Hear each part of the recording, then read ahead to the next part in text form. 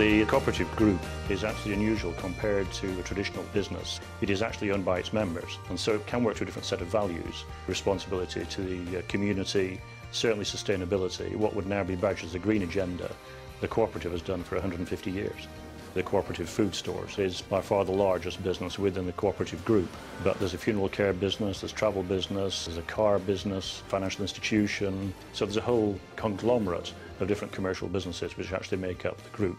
We've got 123,000 employees. The turnover is around about £14 billion per annum, and we have around about 5 million members. Traditionally, we've used virtualization within our regional distribution centres. When the pickers are actually out on the warehouse floor, they receive instructions in their headset from a computer-generated voice. 6-3.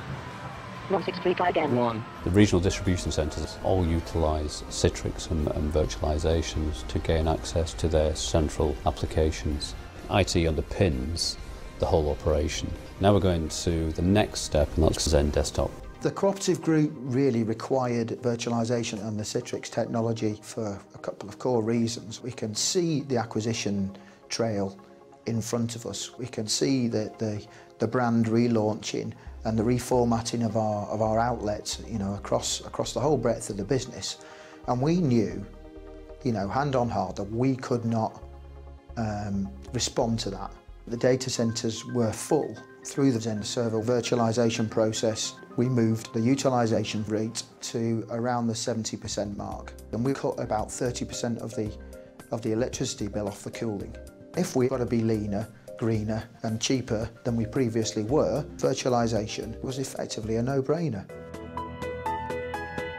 Now we're constructing a new head office. It's iconic, and the cooperative, because of its corporate values, everything is very sustainable and very energy efficient. It really is a manifestation of the rejuvenation of the cooperative business which is taking place currently. Our new head office programme is really the catalyst for change that we were looking for. The new head office will very much encompass everything that we need to deliver as an employer, focusing on flexible working, hot desking, remote working. And you only need to look at the next generation, look at what your children do and the devices they use and the way they work, whether it's texting or virtual applications and so on. It's just a given. It's just the way they move, the way they work, the way they communicate.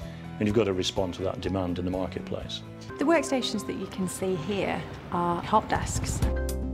Any user can log on to any of the machines. Everybody has access to the applications that they need to do their work. From the deployment of Zen Desktop, we expect something in the region of £1.5 million saving per year. I might need to leave a little early to collect my child from school, but I might still have a full working day to do. With flexible working, I'm enabled to be able to fulfil all my commitments to my home life and meet all my business requirements. I can choose my commuting times. I can choose to start collecting my emails at 6 in the morning or 10 o'clock at night if I wish. It means I can choose, personally, I can choose when I want to work, where I want to work and how I want to work, which improves, in my view, my efficiency hugely.